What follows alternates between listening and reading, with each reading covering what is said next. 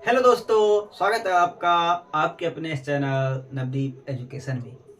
तो दोस्तों, कल के वीडियो में आपने क्लास 10th का पहला चैप्टर जो एनसीईआरटी बुक का था, वो पहला चैप्टर प्राकृतिक वास्तविक संख्या है, ठीक है, जिसका कि हमने 1.1 प्रश्नावली का हमने पहला क्वेश्चन को देखा था, ठीक है।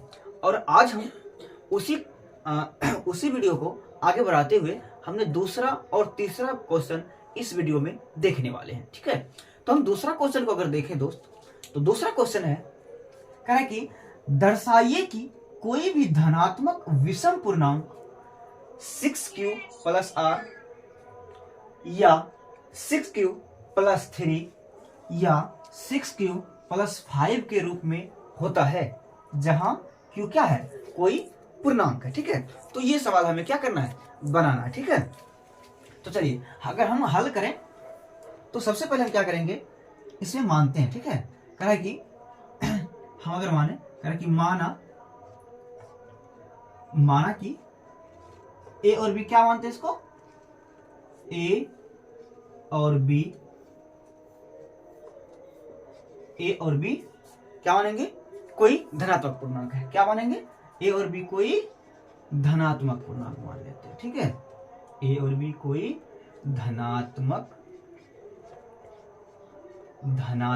पूर्णांक, ठीक है, पूर्णांक, हाँ, पूर्णांक है, ठीक। चलिए, हम आपको सूत्र बताए थे भाग एल्गोरिथम का, याद है।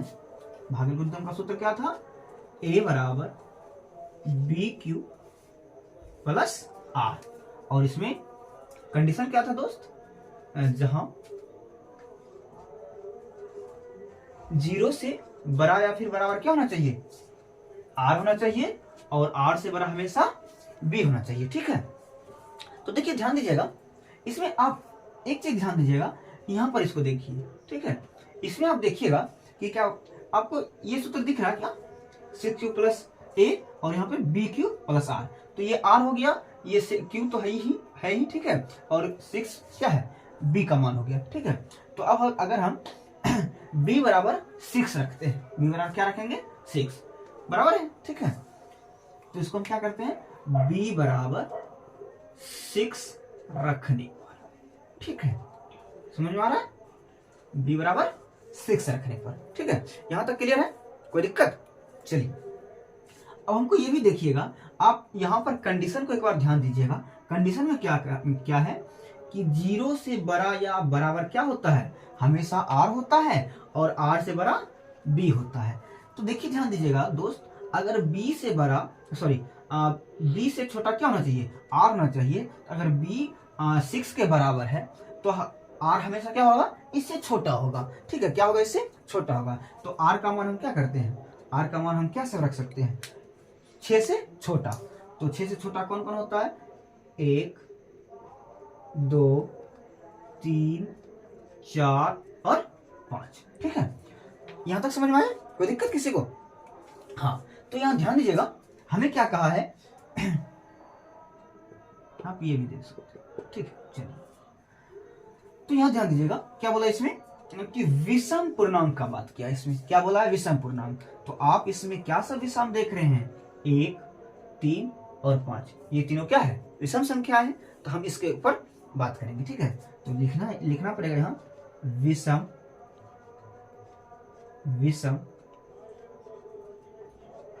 संख्याएं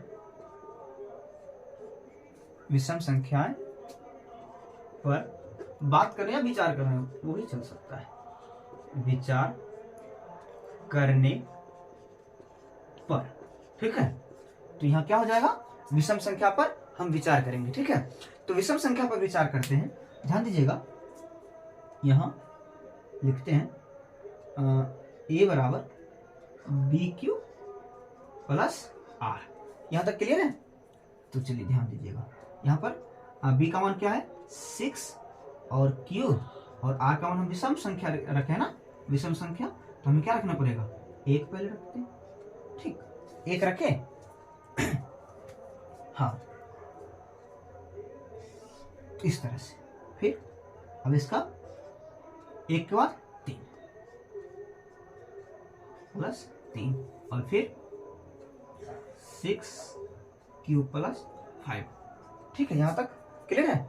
अब देखिए इसके बराबर ही क्या होगा, अगर हम इसको करें तो क्या हो जाएगा, इसके बराबर ही आएगा ये भी 6 क्यूब प्लस 1 6 क्यूब प्लस 3। ठीक है, 6 क्यूब प्लस 5।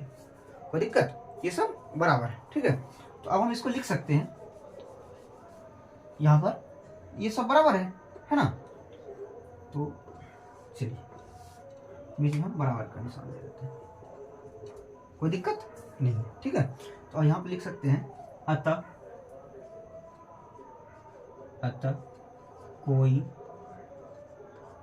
विषम, ठीक, विषम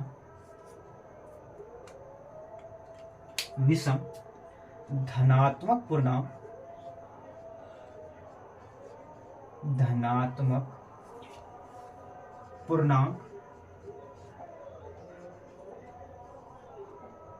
सिक्स क्यूब प्लस, चलिए इसको हम ब्लू से लिखते हैं। ठीक है, 6 cube plus 1 comma 6 cube plus 3 और 6 क्यूब प्लस 5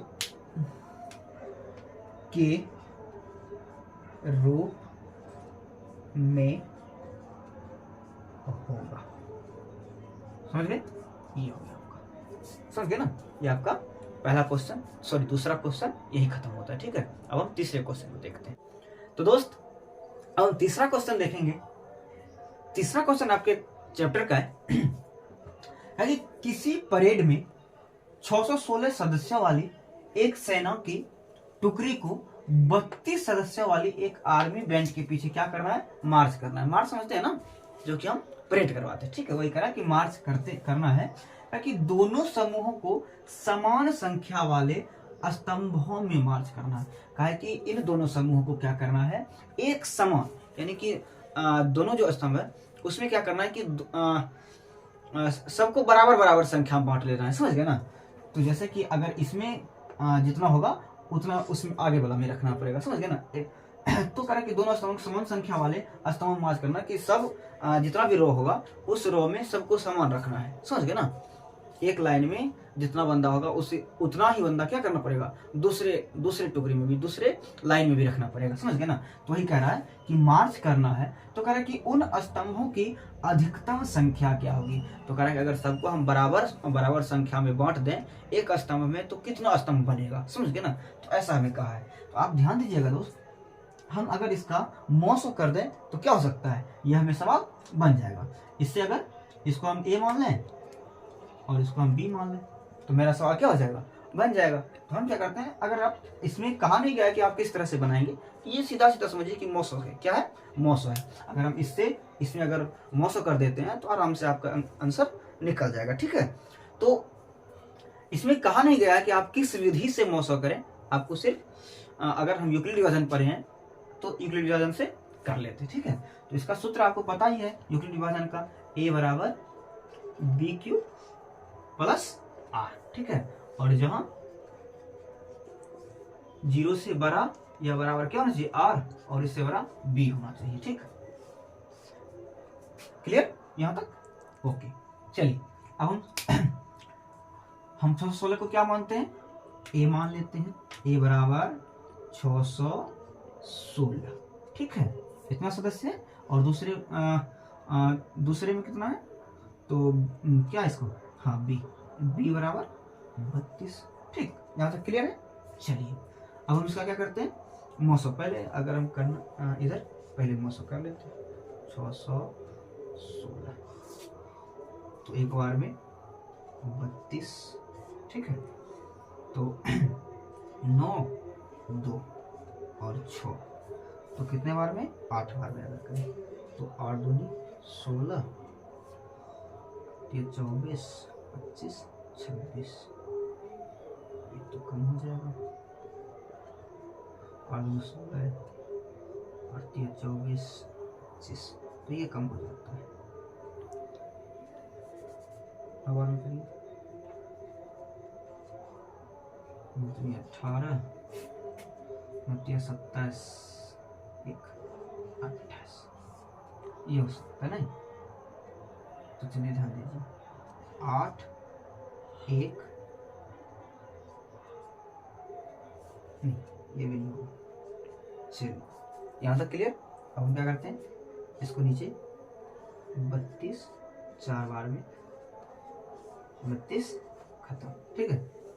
चलिए अब यहाँ पे हम देखेंगे ये क्या था आपका B है, ये क्या है A है, ये क्या है आपका Q है, और यहाँ पर R है।